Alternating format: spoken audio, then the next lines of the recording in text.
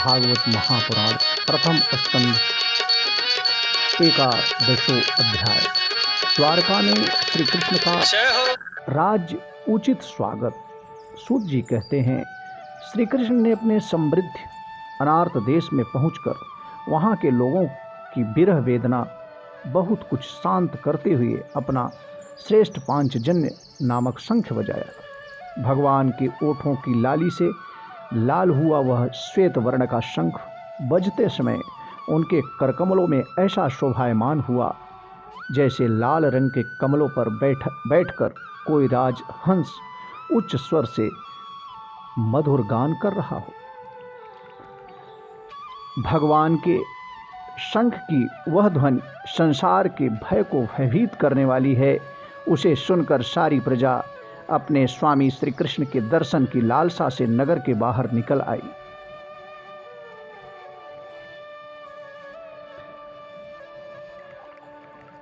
तत्र उपनीत बलयो रवे दीपे मिवादृता आत्मा राम पूर्ण कामम निज लाभेन नित्यदा। भगवान श्री कृष्ण आत्मा राम है। वे अपने आत्म लाभ से ही सदा सर्वदा पूर्ण काम हैं। फिर भी जैसा लोग बड़े आदर से भगवान सूर्य को भी दीपदान करते हैं, वैसे ही अनेक प्रकार की भेंटों से प्रजा ने श्री कृष्ण का स्वागत किया। सबके मुख कमल प्रेम से खिल उठे। वे हर्ष गदगद वाणी से सबके सुहृद और संरक्षक भगवान श्री कृष्ण की ठीक वैसी ही स्तुति करने लगे जैसे बालक अपने पिता से अपनी तोतली बोली में बातें करता है।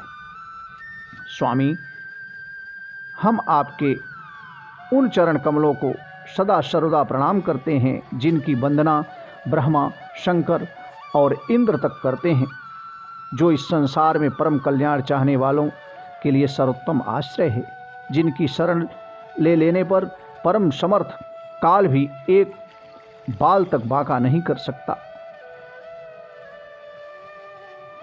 नतो स्मते नाथो सदांग्री पंकजम विरिंच सुरेंद्र वदिंतम परायणं क्षेम इह इच्छतां परम न यत्र कालः प्रभवेति परः प्रभु। विश्वभावन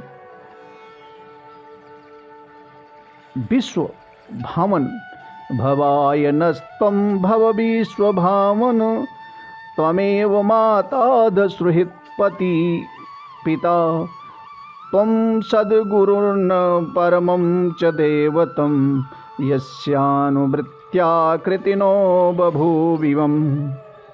विश्वभावन, आप ही हमारे माता, सुहृद, स्वामी और पिता हैं। आप ही हमारे सद्गुरु और परम आराध्य देव हैं। आपके चरणों की सेवा से हम कृतार्थ हो रहे हैं। आप ही हमारा कल्याण करें। अहो शनाथा भवतास्म यद्वयं त्रैविष्टिपानापि दूरदर्शनं प्रेमी स्मित स्निग्ध निरीक्षणाननं पश्येम रूपं तव सर्वसौभगम। हम आपको पाकर शनात हो गए, क्योंकि आपके सर्व सौंदर्य सार अनुपम रूप का हम दर्शन करते रहते हैं। कितना सुंदर मुख है, प्रेम पूर्ण मुस्कान से स्निग्ध चितवन। यह दर्शन तो देवताओं के लिए भी दुर्लभ है। कमलनयन श्री कृष्ण, जब आप अपने बंधु बांधवों से मिलने के लिए हस्तिनापुर अथवा मथुरा ब्रज मंडल चले जाते हैं, तब आपके बिना हमारा एक एक क्षण कोटि कोटि वर्षों के समान लंबा हो जाता है। आपके बिना हमारी दशा वैसी हो जाती है जैसे सूर्य के बिना आँखों की।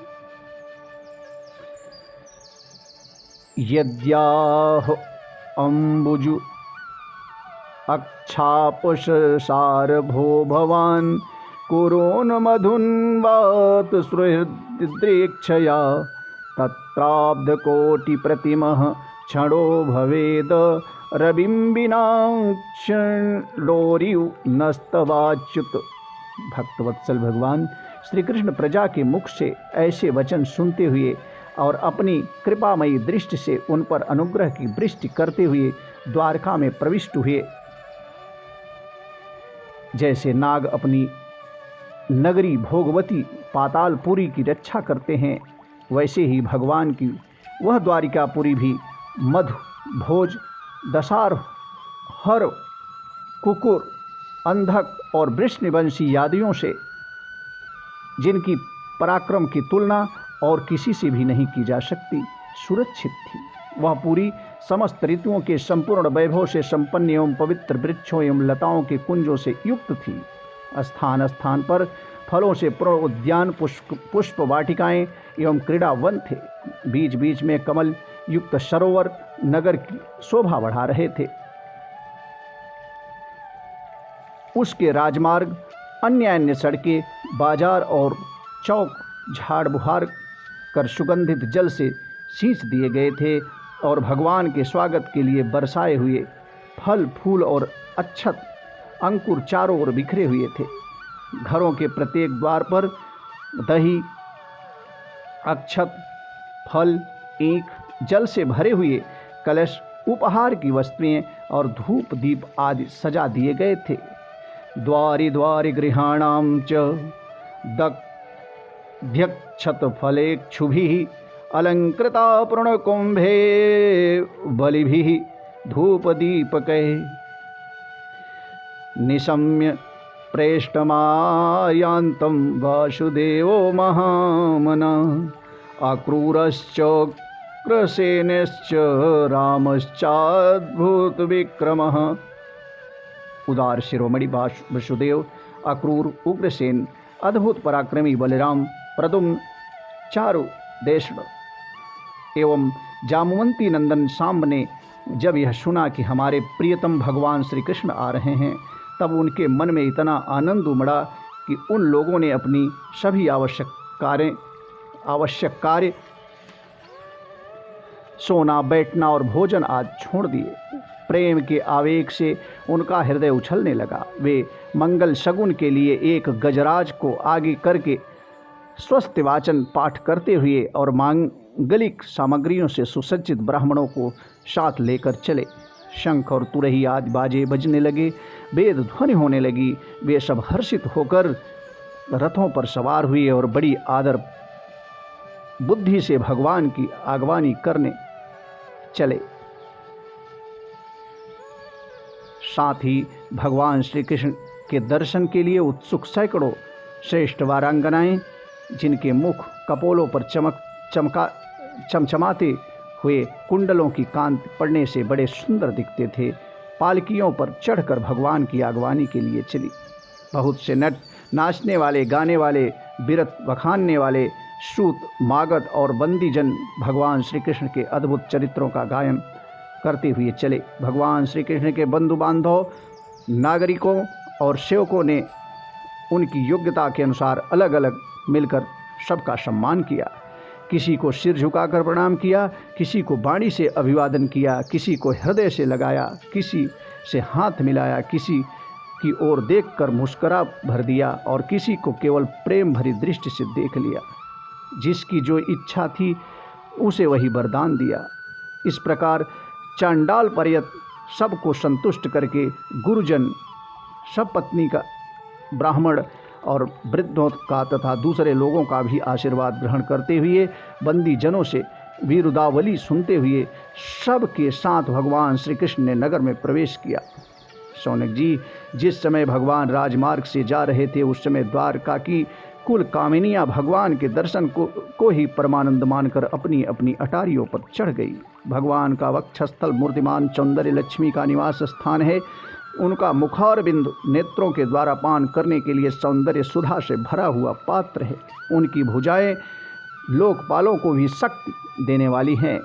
उनके चरण कमल भक्त परमहंसों के आश्रय हैं। उनके अंग अंग शोभा के धाम हैं। भगवान की इस छवि को द्वारकावासी नित्य निरंतर निहारते रहते हैं, फिर भी उनकी आंखें एक क्षण के लिए भी तृप्त नहीं होती।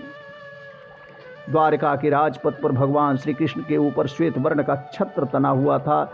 श्वेत चमर डुलाए जा रहे थे। चारों ओर से पुष्पों की वर्षा हो रही थी। वे पीताम्बर और वनमाला धारण किए हुए थे। इस समय वे ऐसे शोभायमान हुए मानो श्याम मेघ एक ही साथ सूर्य, चंद्रमा, इंद्रधनुष और बिजली से शोभायमान हो। प्रविष्टस्तु गृहे पित्रो परिष्वक्तः स्वमातृभिः ववन्दे शिरसा सप्तः देविकी प्रमुखा मुदा तां पुत्रम् अंकमारोप्य स्नेष्णोत्पयोधरा हर्षविह्वलित आत्मानः सीचूनेत्रजले। भगवान सबसे पहले अपने माता पिता के महल में गए। वहाँ उन्होंने बड़े आनंद से देवकी आदि सातों माताओं को चरणों पर सिर रखकर प्रणाम किया और माताओं ने उन्हें अपने हृदय से लगाकर गोद में बैठा लिया। इस स्नेह के कारण उनके स्तनों से दूध की धारा बहने लगी। उनका हृदय हर्ष से विह्वल हो गया। वे आनंद के आंसुओं से उनका अभिषेक करने लगी। अथ विशत स्वभवनं सर्वकामं मनुत्तमं प्रसादाय यत्र पत्नीनां सहस्राणि च षोडशः। माताओं से आज्ञा लेकर वे अपने समस्त भोग सामग्रियों से संपन्न सर्वश्रेष्ठ भवन में गए। उसमें 16,000 पत्नियों के अलग अलग महल थे। पत्न्यः पतिं प्रोष्य गृहानुपागतं विलोक्य संजात मनो महोत्सवा उतस्तुरारात सहसाशनाशयात् साकं व्रते व्रीडितलोचनानना।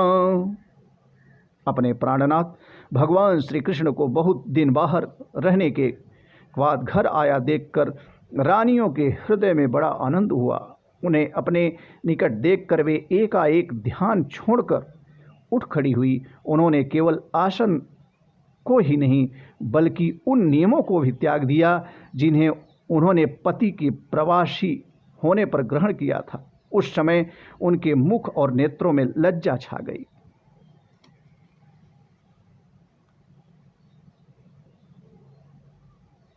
जिस स्त्री का पति विदेश गया हो उसे इन नियमों का पालन करना चाहिए। क्रीणाम शरीर संस्कारम समाज उत्सव दर्शनम हास्यम परगृहे यानम त्यजेत प्रोषित भर्तिका। जिसका पति परदेश गया हो उस स्त्री को खेल कूद, श्रृंगार, सामाजिक उत्सव में भाग लेना, हंसी मजाक करना और पराये घर जाना, इन 5 कामों को त्याग देना चाहिए। ऐसा याज्ञवल्क्य स्मृति में बताया गया है। तम आत्मजेर दृष्टिभिरंतरात्मना दुरंत्य भावा परिरेभिरे पतिम निरुद्धम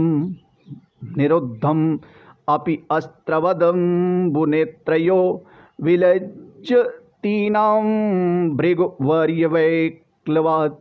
भगवान के प्रति उनका भाव बड़ा ही गंभीर था। उन्होंने पहले मन ही मन, फिर नेत्रों के द्वारा और तत्पश्चात पुत्रों के बहाने शरीर से उनका आलिंगन किया। शौनक जी, उस समय उनके नेत्रों में जो प्रेम के आंसू छलक आए थे उन्हें संकोचवश उन्होंने बहुत रोका।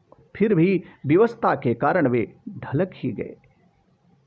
यद्यप भगवान श्री कृष्ण एकांत में सर्वदा ही उनके पास रहते थे, तथापि उनके चरण कमल उन्हें पद पद पर नए नए जान पड़ते। भला स्वभाव से ही चंचल लक्ष्मी, जिन्हें एक क्षण के लिए भी कभी नहीं छोड़ती, उनकी सन्निधि से किस स्त्री की तृप्ति हो सकती है। जैसे वायु बांसों के संघर्ष से दवा नल पैदा करके उन्हें जला देता है, वैसे ही पृथ्वी के भारभूत और शक्तिशाली राजाओं में परस्पर फूट डालकर बिना शस्त्र ग्रहण किए ही भगवान श्री कृष्ण ने उन्हें कई अक्षौणी सेना सहित एक दूसरे से मरवा डाला और उसके बाद आप भी उपराम हो गए। एवं नृपाणाम क्षितिभार जन्मना अच्छौणी भी परिवृत्त तेजसाम विधाय वैरम श्वसनो यथानलम मिथो वधेनो पर तो निरायुधः। साक्षात परमेश्वर ही अपनी लीला से इस मनुष्य लोक में अवतीर्ण हुए थे और सहस्त्रों रमणीय रत्नों से रहकर उन्होंने साधारण मनुष्य की तरह क्रीड़ा की। जिनकी निर्मल और मधुर हंसी उनके हृदय उन्मुक्त भाव को सूचित करने वाली थी, जिनकी लचीली चितवन की चोट से बेसुध होकर विश्व विजयी कामदेव ने भी अपने धनुष का परित्याग कर दिया था, वे कामिनियाँ अपने काम विलासों से जिनके मन में तनिक भी क्षोभ नहीं पैदा कर सकी, उन असंगत भगवान श्री कृष्ण को संसार के लोग अपने ही समान कर्म करते देखकर आसक्त मनुष्य समझते हैं। यह उनकी मूर्खता है। उद्याम भावपिशु नाम